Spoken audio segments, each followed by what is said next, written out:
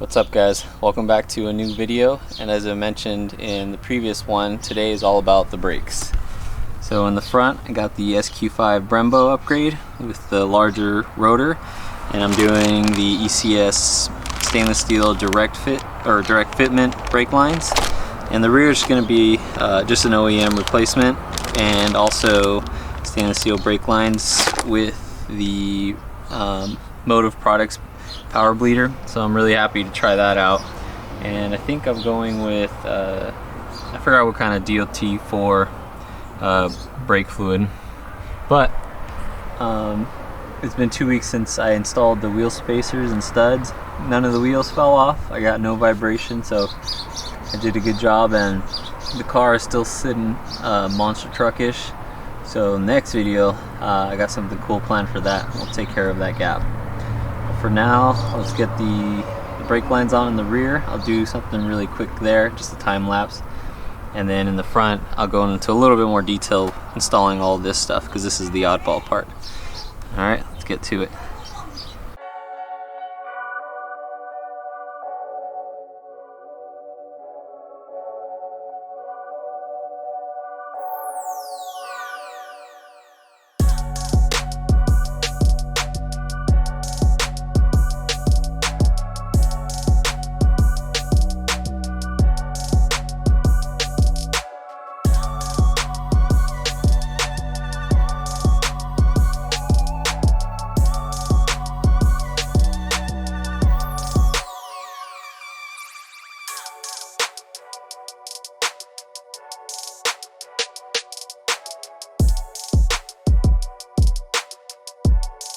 I got the OEM rotor off, and here's the extended studs inside the hub. What I liked about these is the fact that you can just thread them in this way versus the ARPs like on my Evo. I had to press them in from the back and take the hub out.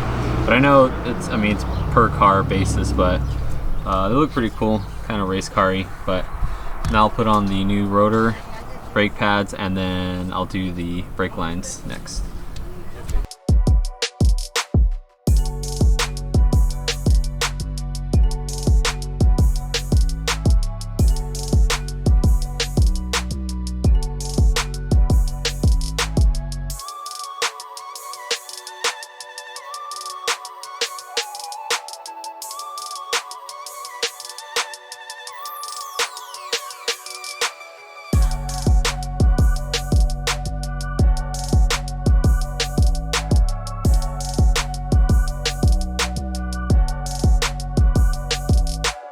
Alright, finally got it all assembled in the rear. The direct line is direct fit, so thread into the OEM spot. Then the little grommet with the little WD-40 went in smoothly, and then I tightened it outside of where it's currently positioned. I had the caliper off, way easier. And there's what it looks like with the spacer studs. And just, I don't know what kind of brand this is, but it's one of their OEM direct fit. So go to the other side, do that real quick, and then we'll get to the fun part, the fronts.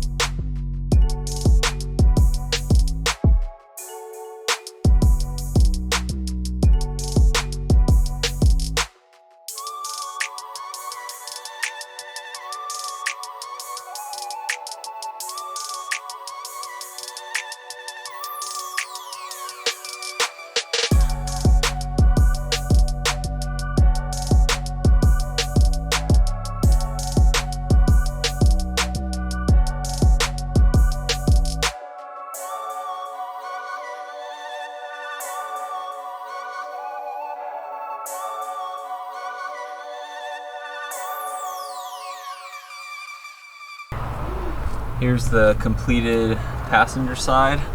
Got the brake pads in with the bridge, and it is looking really good. And the lines ran up there, I had to just adjust one of the bumpers, but it was okay. So once I get to bleeding and put some miles on it, we'll see how it does. And then I hit the pins in as securely as I could, but I'll definitely take the wheels off in about a week or two and I'll make sure everything's good to go and nothing's rattling loose.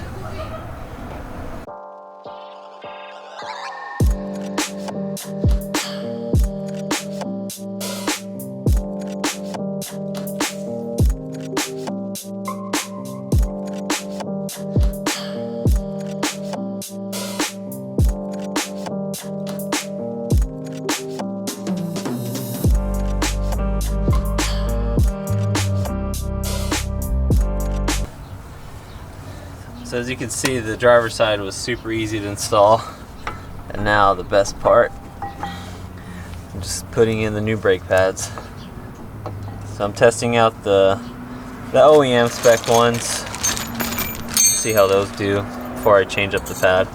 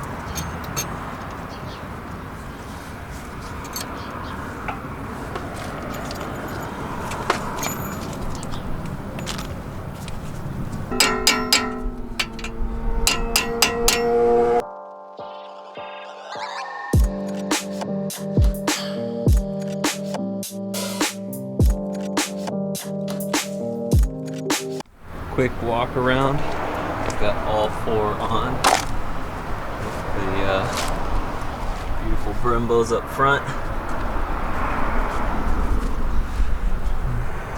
So time to bleed. As usual, guys, it's been about a week since I installed the brakes, but I couldn't show you guys how I bled them because my camera died. But I did use the Motive Products power bleeder, and it worked out really well the first time using it. I still have some air in the system, so I have a little bit of a sponge feel on the pedal. So I'm gonna do each corner, lift up each corner and bleed it.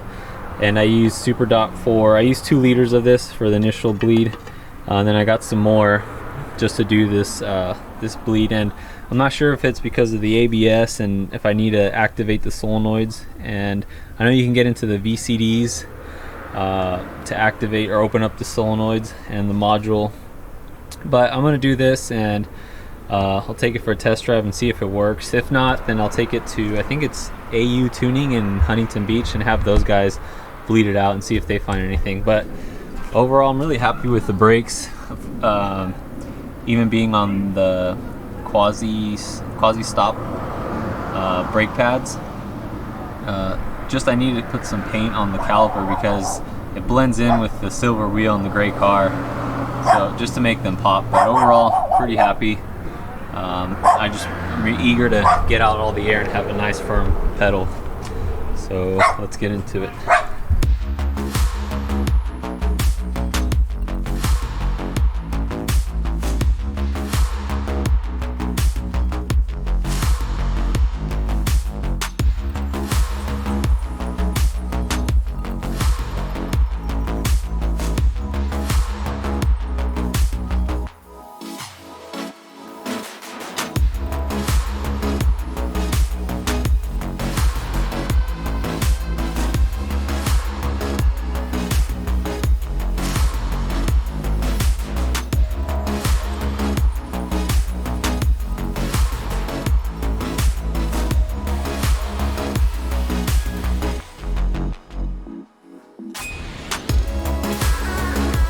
Another thing with these new brakes, since it just is a pin holding in the brake pads, this is actually tensioning the brake pad against each pin as well.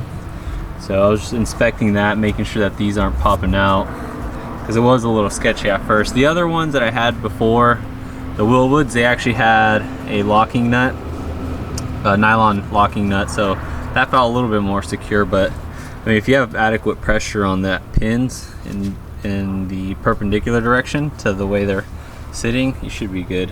So it didn't pop out, so that's good. I'll check the tightness on the two 14mm bolts that hold this on, just to be safe. It's been about a week, so I'm just overly cautious when it comes to brake stuff.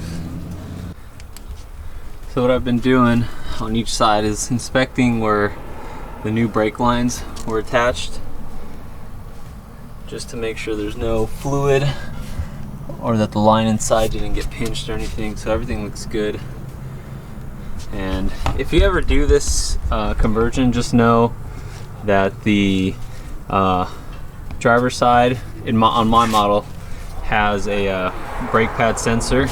So the old clip mounts to the body here. I broke the tab, but the other end you can actually snip it and butt splice it, do some heat shrink, and just zip tie it up there so you don't get that warning light that your brake pads are low. So that's just something to consider. You can buy the ECS makes a little adapter, essentially what I did there, but for like 16 bucks, but I forgot about it, so I just made my own really fast.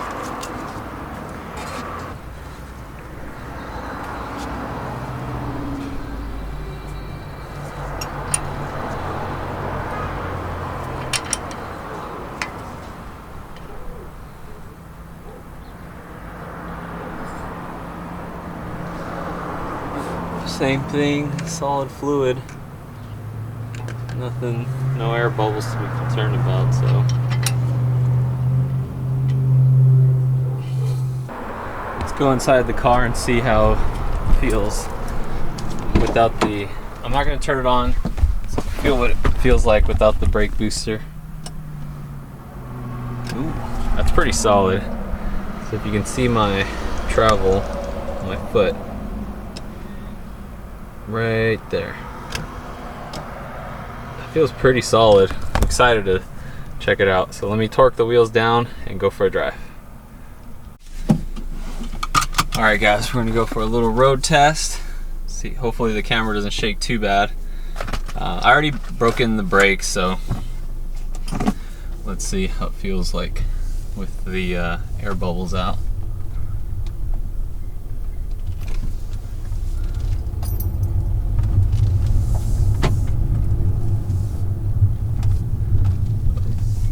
Brake pedal definitely feels a lot better.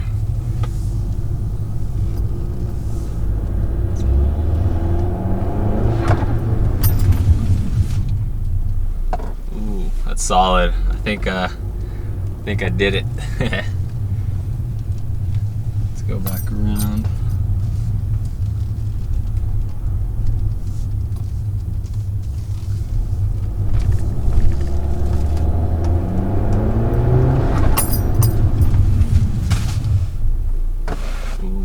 Yeah, well, they work. That's pretty cool.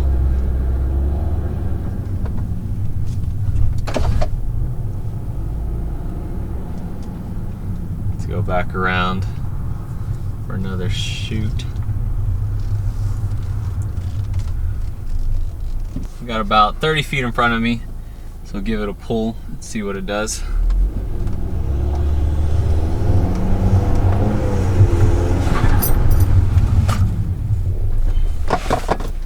Whoa. Alright, so they definitely stopped, and that was up to 35 miles per hour, and I could feel it grip up really well. So let's go.